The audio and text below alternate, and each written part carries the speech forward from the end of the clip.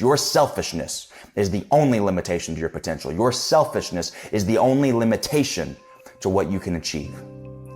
You were born with unlimited capacity to do whatever you want to do, to have whatever you want to have, to be whoever you want to be, but only when you lose the selfishness, only when you begin to bring other people into the picture, because you might be willing to let yourself down. These days, it seems like people shirk responsibility. People don't want to be the leader. People don't want to be the person in charge. People don't want to be viewed as the person that's setting the example or setting the standard for everybody else. It's like people are scared of this responsibility of leadership. But the harsh reality is that we're all leaders. And it doesn't matter what position you play in society. It doesn't matter what position you play in your company or your team. It doesn't matter if you want to be a leader or not. It doesn't matter who you are, where you come from, or your socioeconomic status. You are a leader whether you want to be or not. When I was 17 or 18 years old, I was a gymnast and I used to coach at this gymnastics camp out in the middle of nowhere in Tennessee. And we had this one little girl who was 8 years old when she went to camp. And she was the most innocent, just beautiful soul that you've ever met. And she had the best week of her life. And the office gets a call from her mother. She said, I'm on my way there to pick her up. She said her father, my husband, just got in a car accident and passed away. And we were all completely shocked. And the little girl had no idea, and we were just sitting there waiting for her mother to arrive. She had to drive 8 hours from across the country. The entire time we're just waiting. This 8-year-old little girl's life is about to change forever. And I was instantly hit with this burning question in my heart. I said, I wonder if that little girl watched me do anything this week that might help her even 1% get through what she's about to go through. I want to know, did she watch me lead people? Did she watch me handle adversity? Did she watch me conquer a challenge? Did she watch me in a moment of frustration and anger and sadness or whatever was going on with me? Did she watch me handle myself, conduct myself in such a way that might make it just 1% easier to deal with the biggest tragedy of her life that is about to happen?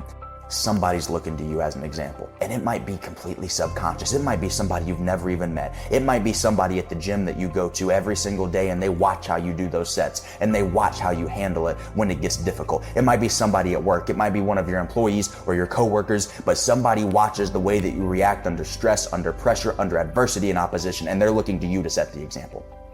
Whether you want to or not, you are setting an example for somebody. The only question you have to ask yourself is, what type of example do you want to set? You can try and shirk off this responsibility of being a leader, or since it's gonna happen anyway, since you're gonna be a leader anyway, you can embrace that responsibility. You can embody that responsibility. You can take on that responsibility willingly and openly, and you can treat it as an obligation, because once you do, you will be able to outcompete anybody else. Because until you begin to view leadership as your responsibility, as your obligation that you are expected to execute with excellence, you can't compete with somebody like me. You can't compete with somebody that was born, that was built, that was put on this earth to help people. I was put here to make an impact. I was put here to help others. I was put here to lead. If you get to a point where you surround yourself with certain people, where you know that people are watching you, where you know that there's people counting on you, where you know that you're setting an example, when you get to a point when you're not willing to let them down, your life is going to go to a whole nother level. And the great part about it, the great part about being a leader, is that when your life goes to another level, the lives of everybody around you goes to another level.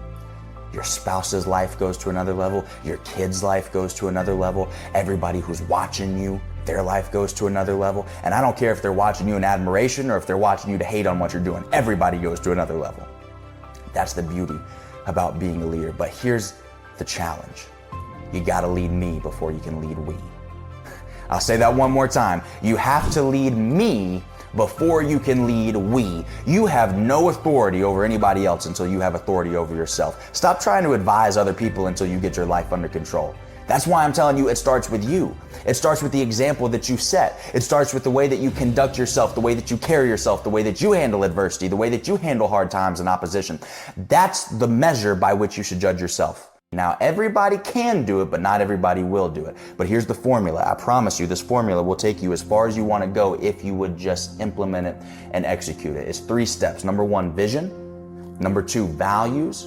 Number 3, volume. Vision. What do I mean by vision?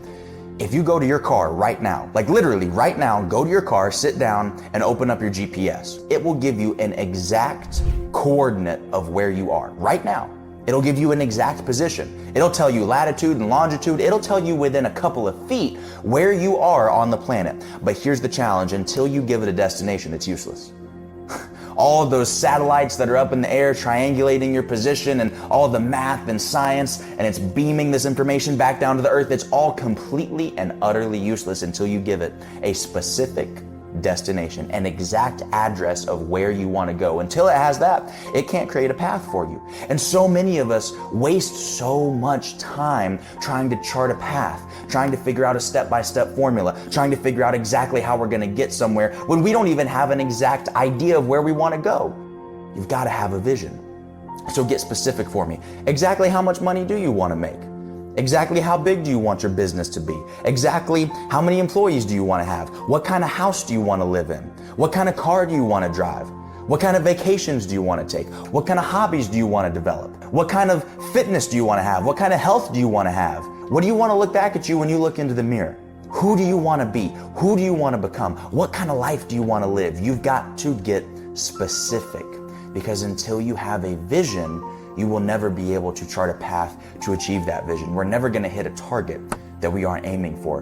Now, once you've got the vision, we need to start reverse engineering this with our values. And we have to ask ourselves the question, now that we have this vision, who must I become to achieve that vision?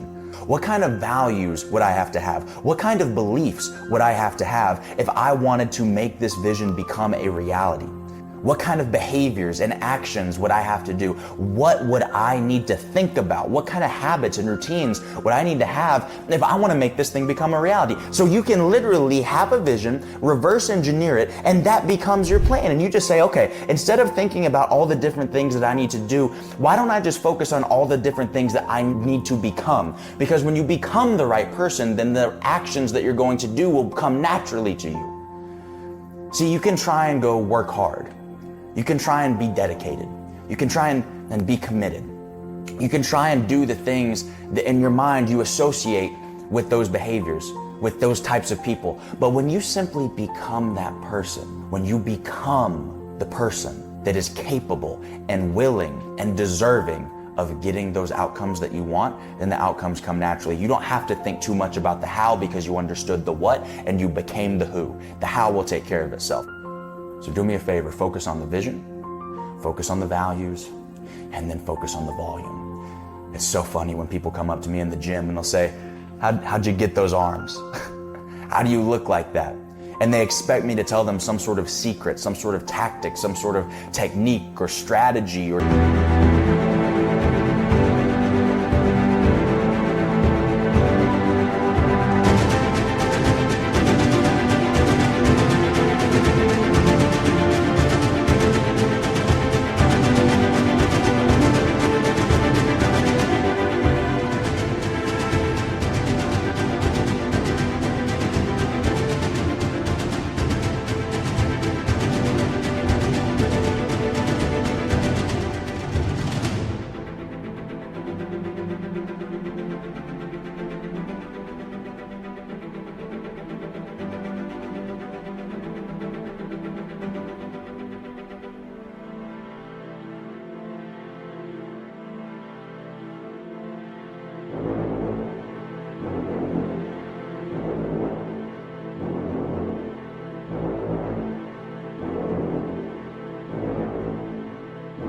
training method that they've never heard of, or some supplementation routine that is going to change their life. And I tell them, I did the exact same thing for 15 years straight.